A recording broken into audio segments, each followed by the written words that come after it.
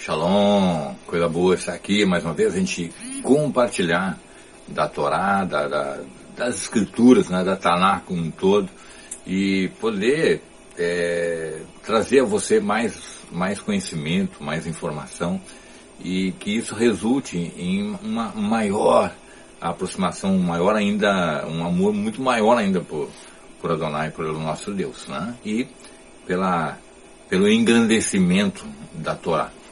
O tema de hoje é sobre educação dos filhos. Uma coisa que às vezes as pessoas conversando vão relatando é que mesmo pessoas que tenham experiências no meio religioso, às vezes líderes religiosos, eles têm filhos com problemas, né? E dentro do judaísmo existe uma visão de que os filhos têm que ser ensinados desde muito cedo. Por quê? É aquela história que nós conhecemos. Se você pegar uma plantinha, tá? Você semeou lá a plantinha, aí a plantinha começa a crescer. Você já ir mantendo, regando essa plantinha, alimentando essa plantinha, mantendo ela numa posição que ela cresça de maneira correta, ela vai crescer reta. Tá? Você vai sentir que a plantinha está meio se entortando, você vai lá e dá uma aprumada nela, coloca uma estacazinha, vai melhorando até essa planta até ela se desenvolver. Bom, isso fundamentalmente é conseguido através da Torá. Né? Então, qual a importância da Torá na educação dos filhos? 100%, né? É de importância 100%.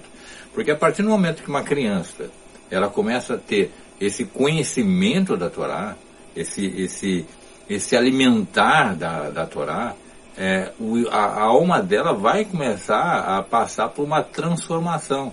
E nós estamos falando de coisas não só mentais, não é só um conhecimento mental, não é só aquisição mental.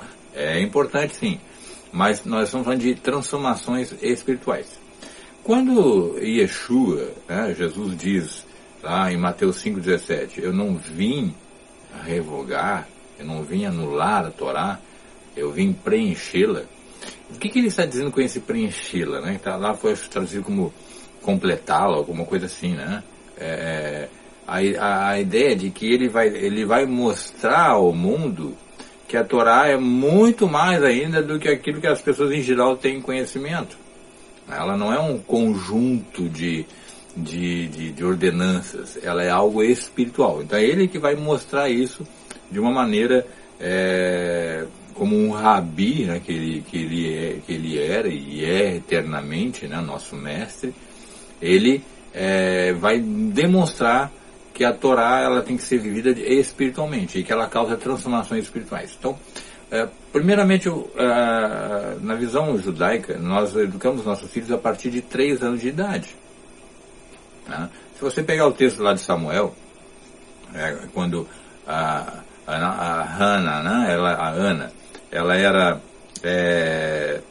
estéril e ela clamou a Adonai, e aí numa festa judaica, né, veja que ela era uma festa anual, que está lá no texto, né, e então é a Torá em execução, ela está cumprindo a Torá, ela está se apresentando em Jerusalém, ela está se apresentando diante do tabernáculo, e ela está cumprindo as ordenanças de Adonai, e ela ali faz, então, ela coloca ali o seu clamor pelo desejo dela de ter um filho. E Adonai atende esse pedido e dá um filho a ela. E ela diz que, uma vez que Adonai atendesse esse pedido dela, ela entregaria esse filho para Adonai. Então, quando chega lá a idade de desmamá-lo, né, e dentro da cultura judaica isso ocorria por volta dos 3 anos, ela leva então Samuel, né, para o tabernáculo, e ele vai viver ali no tabernáculo então a partir daqueles 3 aninhos de idade. Então aí que está o detalhe. Vejam que a partir dos 3 aninhos ela entrega essa criança para ser ensinada, né? Ela consagra essa criança para ser ensinada então na palavra de Adonai, na Torá de Adonai, ele vai se tornar um dos grandes profetas da nossa história. Então, em casa, caseiramente, a gente pode dizer o seguinte, que uma criança a partir dos 3 anos, ela já deve receber esses ensinamentos da Torá. não de uma maneira didática, assim, como um adulto, né? Obviamente, né? Mas através de lições diárias, dos pais contando, testemunhando, testificando dos feitos de Adonai, mostrando qual a visão de Adonai, né? de Deus para aquele assunto que está surgindo ali naquele momento. São ganchos que a gente vai aproveitando e vai trazendo. Também, obviamente, um ensino sistemático. É preciso que se ensine a criança sistematicamente, né, a Torá. Então, o primeiro texto que eu gostaria de compartilhar com vocês está lá em Deuteronômio, no capítulo 6. Diz assim: esses, pois, são os mandamentos, os estatutos e os juízos que mandou Adonai teu Deus, se te ensinassem para que se cumprisse na terra que passas para possuir, para que temas Adonai teu Deus e guardes todos os seus estatutos e mandamentos que eu te ordeno, tu e teu filho, o filho de tua filha, todos os dias da tua vida, e que teus dias sejam prolongados. Ouve, pois, Israel, e atenta em o cumprir, para que bem te suceda, e muito te multipliques na terra, que mana leite e mel, como disse Adonai, Deus de teus pais. Ouve, Israel, Adonai, nosso Deus, é um. Amarás, pois, Adonai, teu Deus, de todo o teu coração, de toda a tua alma, de toda a tua força. Estas palavras que hoje te ordeno estarão no teu coração. Tu as inculcarás a teus filhos, e delas falarás assentado em tua casa, andando pelo caminho, e ao deitar-te e ao levantar-te. Também as atarás como sinal na tua mão, e te serão por frontal entre os teus olhos, e escreverás nos umbrais da tua casa e nas tuas portas. Bom, veja aqui, nós vamos começar já que, com o primeiro verso aqui, já está nos dando o ponto inicial de tudo. Olha só. Esses, pois, são os mandamentos, os estatutos e os juízos que mandou Adonai teu Deus, se te ensinassem, para que os cumprisse na terra em que passas para possuir. Então, aqui está o primeiro ponto desse segredo educacional. Nós recebemos uma carga de mandamentos, de estatutos e juízos que devem ser ensinados para que nós os cumpramos e que, na sequência do versículo, nós vamos ver que para que bem te suceda. Então, veja bem, nós temos os mandamentos, os estatutos e os juízos ali, que a gente pode dizer que é a Torá. A Torá são instruções, aquilo que nos foi instruído. Então, muita gente vê a questão, os mandamentos de Deus, estatuto, assim, é cheio de detalhezinhos. Gente, é muito simples. O que as pessoas têm dificuldade, que eu vejo hoje mais do que nunca, é em sentar e estudar a Torá. As pessoas preferem ficar vendo vídeo em YouTube até não poder mais, ficar fuçando em WhatsApp, internet, e gastam tempo com isso, mas não dedicam tempo ao estudo da Torá. E isso faria toda a diferença na nossa sociedade se as pessoas se dedicassem, se temessem. Mas para aí, Pedro, isso aí é para Israel. Tudo bem, são ordenanças para Israel. Mas são boas ordenanças, meu querido. São bons mandamentos, porque veio de Adonai, veio de Deus. E isso faria diferença em toda a sociedade. Imagina se toda a sociedade, todo mundo se dedicasse ao estudo e à obediência da Torá. O mundo seria bom. Mas então, olha só, ele primeiro diz assim, para se te ensinassem, para que se te ensinassem. Então tem um ensino aqui. É preciso aprender a Torá. E aí ele vai dizendo, para que temas a Adonai teu Deus e guardes os seus estatutos e mandamentos, que eu te ordeno. Não é um pedido, é uma ordem. Tu e teu filho. Tu e teu filho. E o filho do teu filho, teu neto que está morando contigo aí, teu netinho. Você vê que a esfera de ação familiar é muito grande. A nossa influência deve ser grandiosa. Então, nós aqui em casa, nós somos só 3, eu, minha esposa e minha filha. Mas o objetivo é nós alcançarmos outras pessoas, os nossos familiares, os nossos amigos. Porque a Torá, ela é benéfica. Os mandamentos de Deus são benéficos para o nosso caráter, para a nossa vida é a vida eterna e a vida nesse mundo. Isso é muito importante, né? E temer a Deus. Uma coisa que falta na nossa sociedade é temor de Deus. Ninguém que estude a Torá e se submeta a ela não vai viver sem temor de Deus, vai viver com o temor de Deus. E esse temor não é um medo, é o reconhecimento de que Ele é o Todo-Poderoso, o juiz de todo o universo, o Rei do universo. E que nele está a nossa vida. Tudo que nós precisamos está nele, e obedecê-lo nos traz coisas boas. Não obedecê-lo nos traz as consequências ruins. Então é preciso que nós aprendamos a Torá e a obedeçamos. Aí ele vai dizendo ainda, né? Ouve, pois, Israel, e atenta em cumprires, para que bem te suceda. Ele está dizendo, ouve só, Israel, ouve, presta atenção, seja muito atento a isso, cumpra esses mandamentos para que bem te suceda, né? Depois ele dá no Shema, a nossa grande vocação ali, né? Ouve, Israel, o Senhor nosso Deus é um, né? Shema Israel, Adonai Eloheinu, Adonai Echad. O Senhor é um, não existe outro Deus além dele.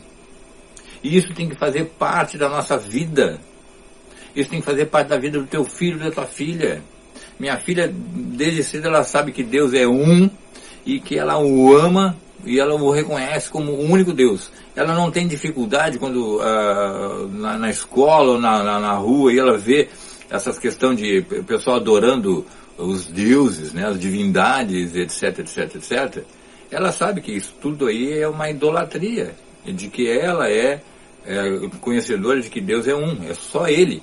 E Adonai é nosso Deus, né? Ou seja, ao mesmo tempo que Ele é um Deus todo-poderoso, Ele é nosso, é achegado a gente. É isso, esse é o que Ele está dizendo lá. Shema Israel, Adonai Eloheinu, Adonai é nosso Deus. Ele está dizendo isso. Existe uma intimidade com Deus nesse sentido aqui, ou coisa boa, né? Ele está conosco.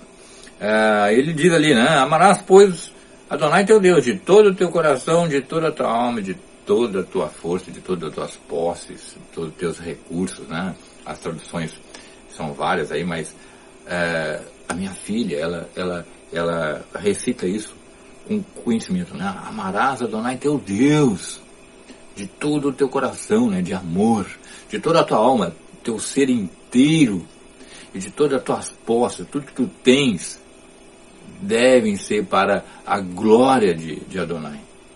Viu como as coisas começam a criar sentido aqui? Você vai entendendo, né? Essas palavras que hoje te ordeno, né, estarão no teu coração. É questão de amor, gente. Torá não é uma questão de repetição de uma obediência mecânica dos mandamentos de Adonai, dos estatutos que Ele nos deu. É questão de amor. Como eu digo assim, por exemplo, aqui em casa, minha filha me obedece por quê? Por amor. Ela me obedece por amor, porque ela sabe que eu sou o pai dela, que eu faço tudo por ela, que eu estou sempre empenhado por ela, estou sempre buscando a felicidade dela, o bem dela, alegrar o coraçãozinho dela. Então ela me ama. Se eu disser para ela, filha, faz isso, ela vai lá e faz. Isso não é um peso para ela. Por quê? Por uma questão de reciprocidade. Quando a gente ama Deus de verdade, os mandamentos de Deus são prazerosos. Para mim, para nossa casa aqui, é um prazer obedecer os mandamentos de Deus, obedecer os estatutos de Deus. Mas, Pedro, são 613 mandamentos, né? São 365 positivos, né? Aqueles que dizem tu farás assim, e os 248 negativos, né? Tu não farás isso. Mas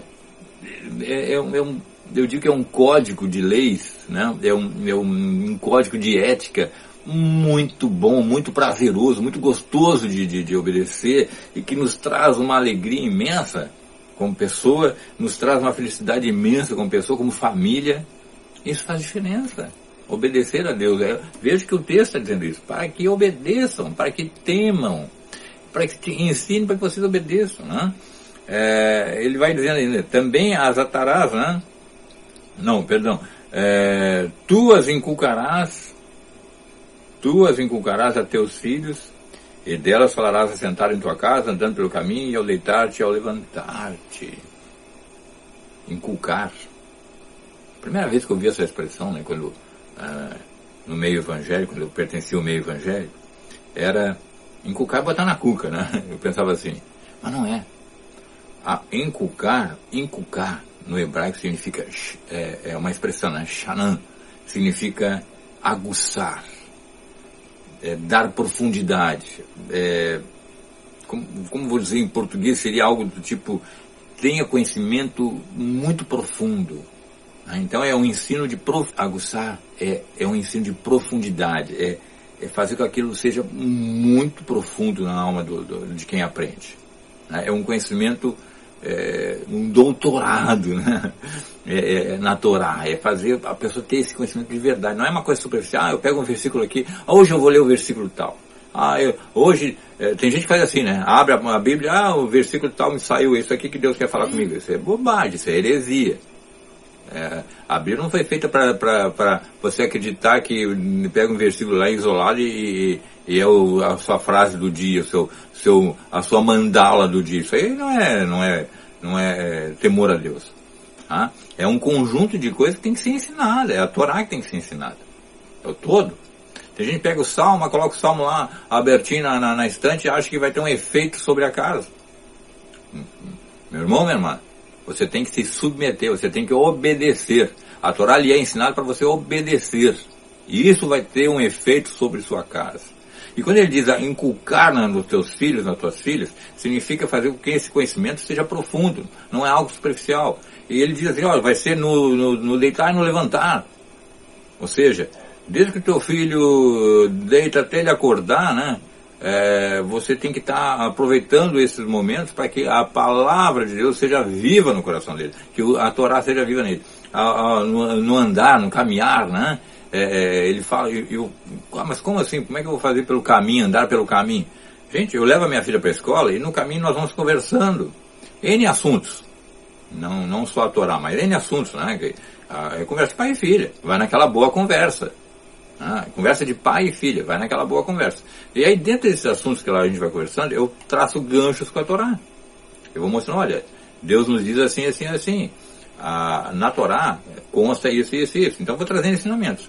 No Shabá, que é a celebração semanal que nós temos, e é bom lembrar que não é domingo não, tá? É Shabá, porque o que Deus nos ordenou é o Shabá, não o domingo. Domingo é invenção da religião do cristianismo a partir do 3º século, comandado por imperador romano, Constantino. Domingo não é o dia de Adonai, não é o dia do Senhor, é o Shabá. O que está ordenado nas Escrituras é a obediência ao 7º dia, o Shabá. Então, quando nós celebramos o Shabá, dentro do Shabá, nós temos o momento de leitura da Parashá. Parashá é o momento da porção que é daquele dia, ou seja, a Torá tem que ser lida durante o ano inteiro, tá? Então ela é dividida em paraxás, em porções. Então, depois de um ano de Shabá, todos naquela casa leram a Torá inteira, e aí vai repetir no outro ano, entendeu? Então mas não é só a leitura, é a leitura com explanação, para que fique inculcado, aguçado, conhecimento. Então, imagine, a família celebra o Shabá, nós celebramos o Shabá, é um momento festivo, um momento de alegria, mas um momento de introspecção, um momento de temor a Deus, um momento de estudo da Torá, né? E de louvor, de adoração, de preces, é muito gostoso. Imagine isso na cabeça da criança, essa convivência. Aí as casas que não... mas nós somos cristãos e eles vão domingo entre aspas, na igreja e pronto. O resto da semana nada tem de comunhão com Deus, né? De aprendizagem com Deus. Então, falta isso na maior parte das famílias. Nós, judeus, nós temos por praxe uma disciplina muito rigorosa desse aguçamento, desse aprofundamento do conhecimento da Torá. E isso é todos os dias. Então, eu cito muito a minha filha, porque a minha filha... Ela não é doutrinada por igrejas, não é doutrinada por pastores ou por padres, ela é doutrinada pela Torá. Entendeu? É a Torá que traz a ela o conhecimento e o modus vivendi dela. É isso que eu estou dizendo aqui. Outro texto que eu acho interessante é Provérbios 22, né? 22 no versículo 6, né? Ensina a criança no caminho em que deve andar, e ainda quando for velha não se desviará dele. Muita gente acha esse versículo lindo e entende ele até de uma maneira espiritual, né? Tem que ensinar a criança, mas caminho, aqui, olha, quero dizer uma coisa para você, Provérbios é um livro escrito por judeus para judeus, né? É claro que os cristãos gentios, eles fazem bom uso, devem fazer bom uso das escrituras, né? Porque ela é a palavra de Deus, obviamente. Mas quando se diz ali, ensina a criança no caminho em que deve andar, como é escrito por um judeu para judeus, o caminho significa Torá. Tá? Para um judeu, as escrituras em si, elas apontam para a Torá. Né? Então, vou trocar a palavra. Ensina a criança na Torá, e ainda quando for velha, não se desviará dele. É isso mesmo, entendeu? Se você ensinar a Torá, você vai produzir um filho melhor, um filho mais educado, um caráter espelhando aquilo que está lá em Gênesis, com mais proximidade. Claro que a gente é humano, é cheio de falhas, cheio de erros, nós pecamos, obviamente, né? Mas vai espelhar mais aquilo lá de Gênesis, né? Que é o grande objetivo, quando vier o Messias, a restauração é nos tornar de novo, né? Semelhantes a Deus, né? Então nós vamos ter essa semelhança com Ele quanto ao nosso caráter, quanto ao nosso espírito, quanto à nossa alma, vamos ter essa divindade, né, espelhada em nós, tá bom? Vamos ver outro texto?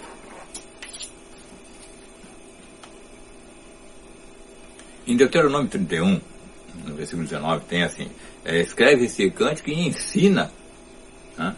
Então, uma coisa que Moshe vai lá e ensina o povo é através do cântico.